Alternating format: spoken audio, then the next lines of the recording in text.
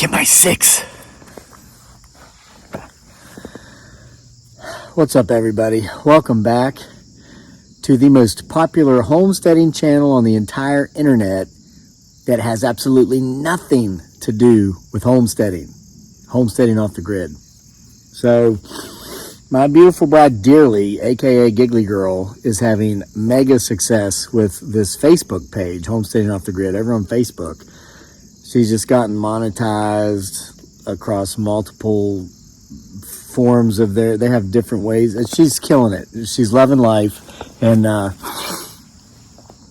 people over there are pulling their hair out, though, because it's like they don't understand that we have nothing to do with homesteading. I mean, we're telling stories, posting motivational quotes, jokes, playing some trivia games, and they're just pulling their hair out. Like, what's this have to do with homesteading?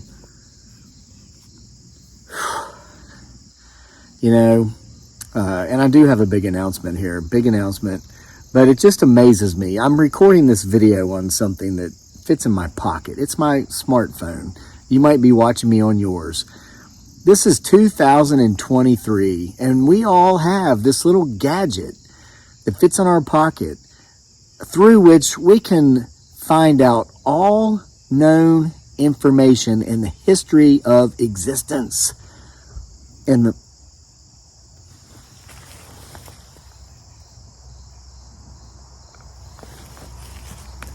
I clearly heard a tree knock back there, so you watch.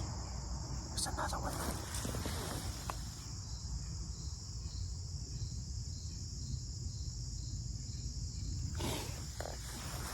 2 tree knocks. I think him, her, it, or they are telling me to get to the point. They want to hear the story. They want to hear the big announcement, and I know that you do too.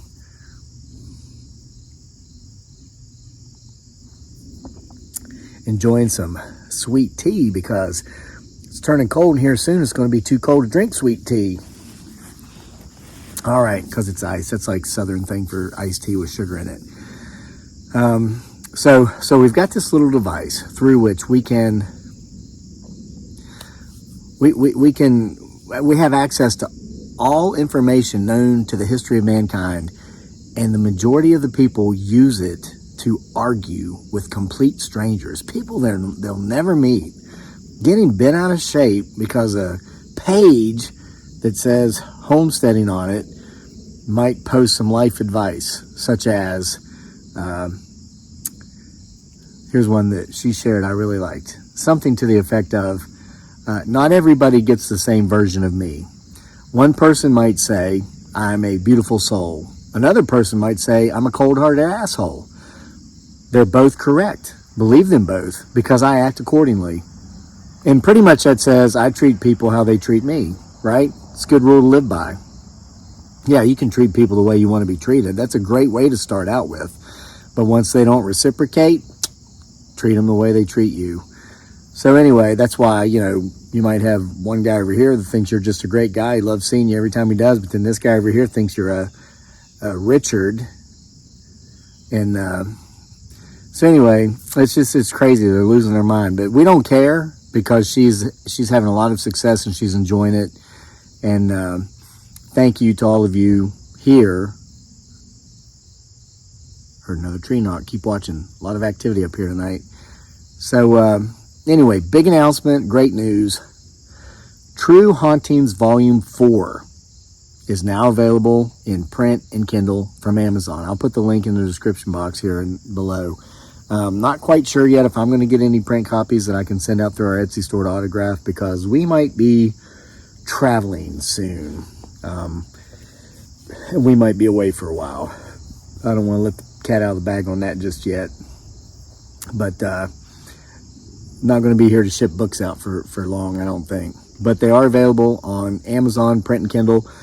Want to thank everybody who contributed stories. It's a full 40,000 word long anthology of collected short stories from people around the world. We got our friend Charlie over in England, people from all over the U.S., had some Australians contribute, Canadians. So it's a really nice collection. You've probably already read the other 3. Now we've got 4. And just in time for Halloween, which is wonderful because, as an October storyteller, We're just days away from my favorite month and many of your favorite month. You know, my beautiful bride, Dearly, aka Giggly Girl, and I were watching a movie last night. Can't believe I'd never seen it. It was a movie based on a Stephen King short story. It's called Ride the Bullet. Now, of course, I read the short story years ago. I think it was in his collection, Bazaar of Bad Dreams. I might be wrong, but it was in one of his short story collections. Finally saw the movie. But it was taking place on Halloween night, and Dearly has come to love Halloween too now that she's experienced it in the United States. It's different in the Philippines. They don't really celebrate it on the 31st.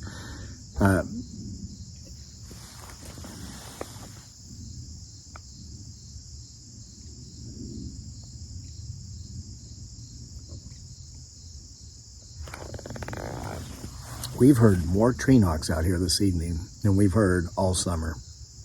And it's now fall, by the way. Happy fall. But here's the really cool thing about Halloween. A lot of people, they'll comment on the channel, "Oh, you devil worshiper, you Satanist. That's the devil's holiday. I can't believe you celebrate it." Clearly, those folks are in the wrong place because they've not been around here long enough to see what we're into on this channel, right? I think we're into homesteading or something like that. So, anyway, they clearly don't know their history. The reason behind the costumes and the masks was to scare away the evil spirits who were coming back for revenge. All these evil entities, you weren't celebrating them, you were trying to hide from them. So, anyway, but here's something. I caught it. We were watching a movie last night. There were all these scenes where there's just kids out trick-or-treating, people giving candy, people being happy. Everybody was festive. They were in their costumes. And I said, you know,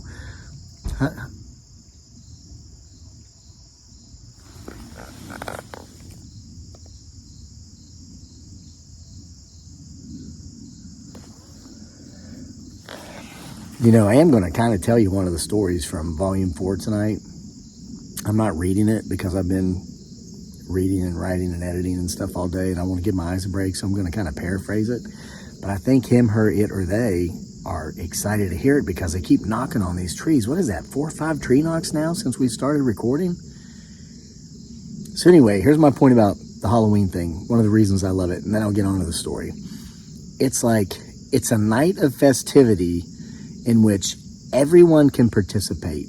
It doesn't matter how much money you have or you don't. It doesn't matter who your family is. It doesn't matter what color your skin is, what your religious preference is, what your sexual preference, gender identity, none of that. Man, people get dressed up and they have fun.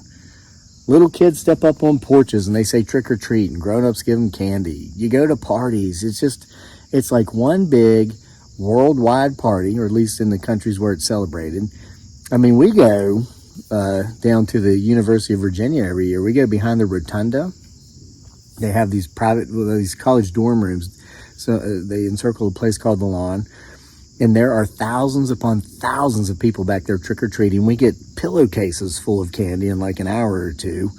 You got the students back there giving out candy. All the lovely young ladies are wearing really nice costumes, and wow, it blows your mind. And this is just one town in a big country. This stuff goes on everywhere. It's just a wonderful experience. I love Halloween. So anybody who says it's the devil's day clearly doesn't understand it, don't know their history, or they might be suffering from Puritanism, which brings us to our story.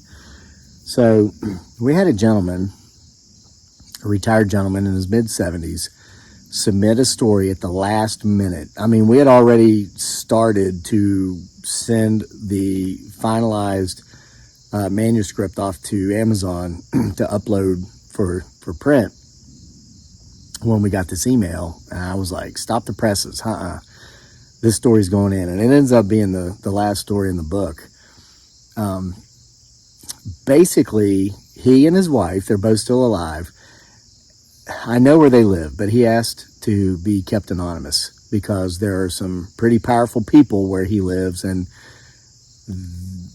the accusations of the story involve their patriarch, who pretty much was the founder of their family's generational wealth. Goes back to the 1880s, just after the Civil War. So this man and his wife, they had 3 children. The man who sent me the email is from Southwest Virginia, small town. They raised 3 children. They had a 10-acre property out in the county. And once their 3rd and youngest child was grown and gone, they decided to downsize because it was just too much upkeep, according to what he told me in the email. And I can relate. I mean, I've got 6 acres. We mow about 3 of it, but still the weeding, taking care of the literally thousands of trees we planted. We're going around now putting tree guards back up that we'd taken off in the spring so the trees could, flourish and grow. Putting them back up now because the bucks are getting ready to go into rut and they're going to go around destroying these trees. And we paid literally thousands of dollars for the fruit trees, the apples, the peaches, the plums, the pears, the nectarines, the apricots. Now, the deciduous hardwoods, we, of course, would dig them up from the tree line and just put them all over the place. So those were free minus the labor, but there's tons and tons of hours. It was like full-time job type stuff there for a few years. And so now we're going around to protect them from the deer. So I can understand his point. He was in his late 50s, he and his wife, when the youngest kid finally flew the nest. And they just didn't want to deal with the upkeep of the land anymore. So in their small Southwest Virginia town, in the town center, there's a bunch of old antebellum era mansions. And we have that here in Charlottesville. If you go down on Park Street in that area, there are these gorgeous mansions that date back to the mid-1800s. So it's similar to that. A lot of these small towns of Virginia. There's a town not far from us called Orange, Virginia. I think they've got the most turn of the century houses per capita than any turn of the last century than any town in the United States. Just a lot of history in Virginia. I mean, this is where the first colony was, well, except for the ones in Roanoke that got down in North Carolina that disappeared. No one ever really knew where they went. The lost colony of Roanoke. And yeah, I'm hoarse. We went to the UVA football game the other night and I was screaming, so I don't have my voice back yet. So they end up, this husband and wife, they end up buying this mansion, old antebellum mansion in their town center, because they wanted to simplify their lives. They didn't want to deal with a lot of lawn care, any lawn care. They wanted to be close to the stores, the hospital. As soon as they got in there, at first Halloween, they enjoyed it. The kids came trick-or-treating. That's something they didn't really get to experience out in the country, similar to us. We take our son into the town and do all, go to the campus, UVA, and then we hit a couple neighborhoods on the way back home. But we don't have anybody come to our house. We live in the middle of nowhere. We live in the kind of place where you just don't go knocking on doors after dark because you're probably going to be met with a shotgun. So they enjoyed Halloween, but they noticed from that first year that between midnight and 3 a.m., there would be knocks at the door. They would answer the door and there would be nobody there. And at first they thought it was pranks. They thought it was knock, door, run. But he said in the email, like most folks in America, they got the little ring keys on the front porch. They got security cameras everywhere like we do, because we've got potentially some unexplainable phenomena going around here, and then also some neighbors that don't understand boundaries, who think they can just come over whenever they want. We need to know who's coming from what direction, when and where and why. So there's cameras everywhere. That has ceased drastically as far as the asshole neighbor thing goes, because we've made our points clear. But the him, her, it, or they, still catching some weird stuff on camera. But they started noticing when they would go back and look at the footage after they got their cameras that when these knocks were coming at the door, there was clearly no one there making the knocks. And it only happened on Halloween between midnight and 3 a.m. And of course, as you know, trick-or-treating stops around 7 or 8. Certainly there should be no kids out at midnight. So they started doing their research, and what they found was that back in the 1880s, there was a man who owned the mansion, lived in it for about 20 years, who was a judge. And he was also a Bible-beating Puritan, hardcore, straight and narrow, didn't celebrate holidays, especially Halloween. And the story goes that on Halloween, he would rope off his property so people couldn't even, attempt to come up to his porch to trick or treat.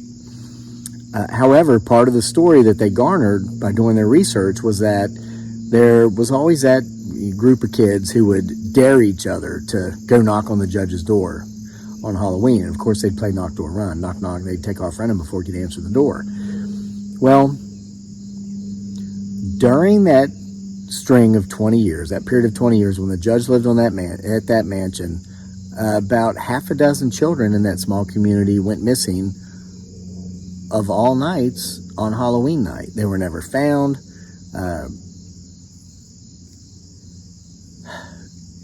How do I put this? I don't want to give too much away. The story also goes that when the judge died, the disappearances stopped.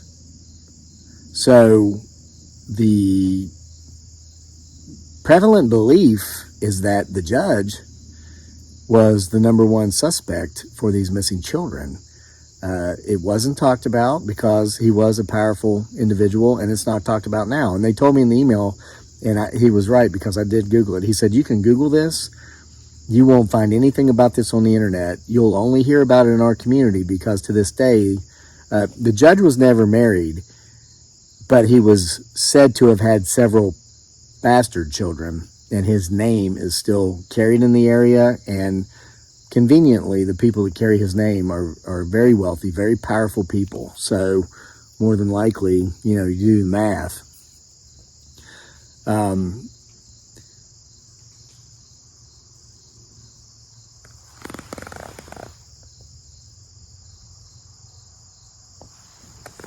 So anyway, could you imagine that? You're living in that old antebellum mansion, and every Halloween, they've been in there for more than 20 years, the guy that sent me this email, there's not been a single Halloween that they've been there that they've not gotten these knocks at the door. They start sometime around midnight, they cease shortly after 3 a.m., the witching hour. And it never happens any other night of the year. And there are cameras everywhere, and no one is ever seen stepping foot on the property, but the knocks come regardless. You guys got to get it and read it. True Hauntings, Volume 4. Real stories of personal experiences with the paranormal, supernatural, cryptids, UFOs, aliens. I'll be reading quite a few of those stories here in October, along with some of the stories from October Nights 1 and 2. All of my books are available on Amazon and print and Kindle. You can get a lot of them from our Etsy store. The links to both places are in the description box below. I want to thank all of you who have gone over to our Sick Twisted Humor Facebook page. You got to go over there and educate those idiots, man. It's like the most popular page. It's the most popular homesteading page on Facebook that has nothing to do with homesteading. And all these people want like stuff about homesteading, whatever. And they call Halloween the Devil's Day. Where do these people come from? Who raises these people?